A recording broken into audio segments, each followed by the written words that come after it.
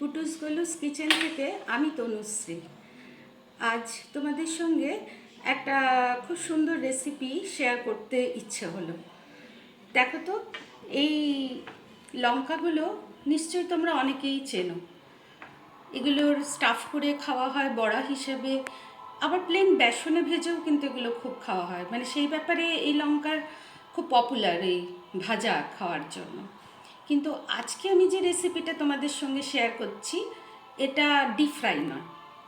তাহলে চলো, একটু নতুনত্ব আছে, চলো দেখি কিভাবে করি। এর জন্য আমার একটা ভুট্টা লাগছে। ভুট্টাটা ভালো করে খোসা ঠোসা পরিষ্কার করে নিয়ে এর গায়ে যে চুলগুলো থাকে, ভুট্টার চুল বলে, সেগুলোকে সব পরিষ্কার করে নিলাম। নিয়ে এবার এটাকে আগুনে পোড়াবো। ভালো করে আগুনে সব দিক সেঁকে নিচ্ছি, মানে আমার ভুট্টা পোড়াটা চাই। হয়ে গেল, ওটা এবার ঠান্ডা হোক ভুট্টাটা। এদিকে ততক্ষণে চলো লঙ্কাগুলোকে কেটে নিই। লঙ্কাগুলোকে খুব সাবধানে একটু বোটা সমেত কাটবো, সেই জন্য মানে মাঝ বরাবর আর কি। সেই জন্য ওরকম একটু সাবধানে দেখে বোটাটার সমেত ওইভাবে আর্ধেক করে কেটে নিলাম। এদিকে ভুট্টাটাও ঠান্ডা হয়ে গেছে ততক্ষণে। এবার ভুট্টার দানাগুলোকে আমি এইভাবে বের করে নিচ্ছি চাকুর সাহায্যে কেটে কেটে। এই পরিমাণ আমি আজকে যে পরিমাণ লঙ্কা নিয়েছি, এখানে প্রায় 200 থেকে 250 মতোই হবে আছে। তার জন্য আমার এই একটা ভুট্টাই যথেষ্ট।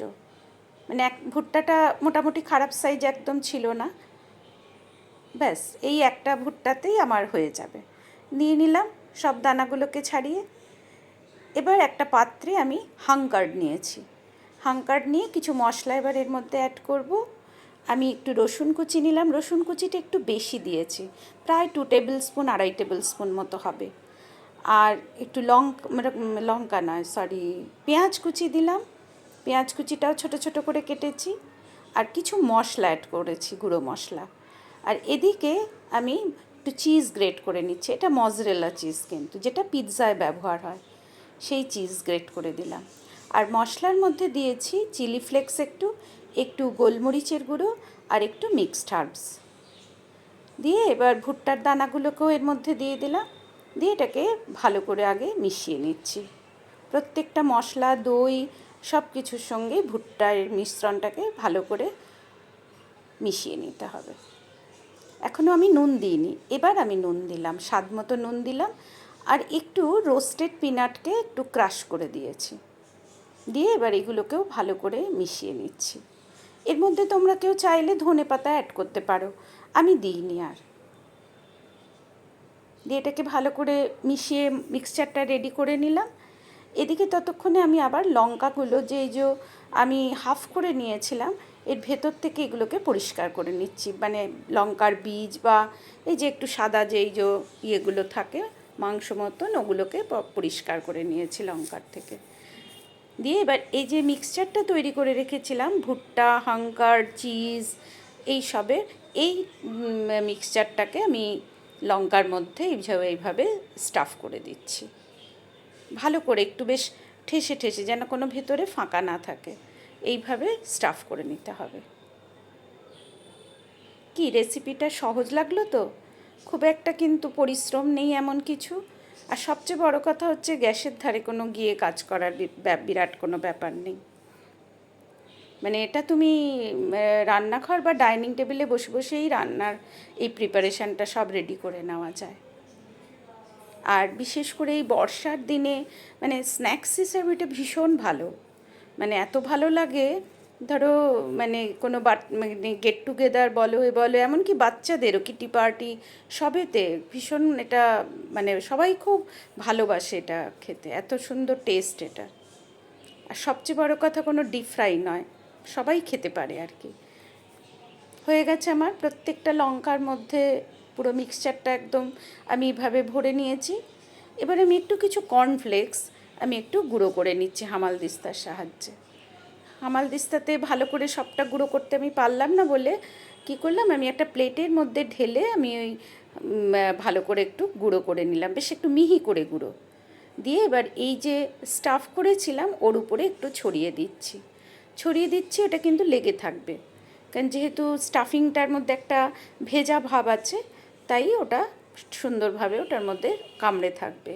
এই কর্নফ্লেক্সের গুঁড়োটা। এইভাবে আমি প্রত্যেকটা লঙ্কা ইয়েকে যে স্টাফ করেছি সেগুলোকে কর্নফ্লেক্সের এই গুঁড়ো দিয়ে এরকমভাবে সব কটাকে কভার আপ করে দিলাম।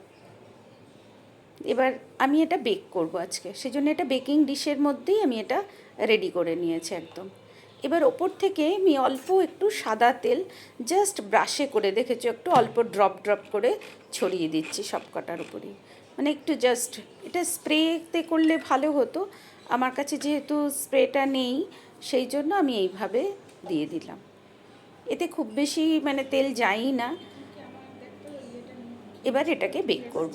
আমি এই কাজগুলো করতে করতেই তার মাঝেই আমি ওভেনটাকে প্রিহিট করে রেখেছিলাম 180 ডিগ্রি সেলসিয়াসে। এবার আমি 180 ডিগ্রিতেই এটাকে 20 মিনিটের জন্য বেক করতে দিলাম। রেসিপি একদম কমপ্লিট, রেডি।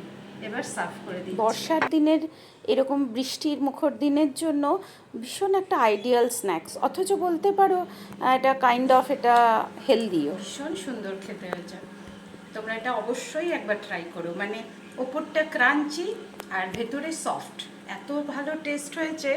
আর দেখে বুঝতেই পারলে রেসিপিটা ভীষণ ইউনিক আর খুব সহজ, কিন্তু মানে গ্যাসের ধারে গিয়ে করার কোনো ঝামেলা নেই। করো অবশ্যই, এটা স্টার্টার হিসেবে দুর্দান্ত, একবার ট্রাই করো। সাধারণত আমি যে রান্না করি রোজ, আমি রান্না করলে পর মানে বাড়ির সবাই আগে এসে ঝাঁপিয়ে পড়ে টেস্ট করে, আজ আমিই প্রথম টেস্ট করলাম। যাই হোক, ঠিক আছে, সবই চলতে পারে। তবে জানিও তোমরা কেমন লাগলো আজকের রেসিপি। ধন্যবাদ।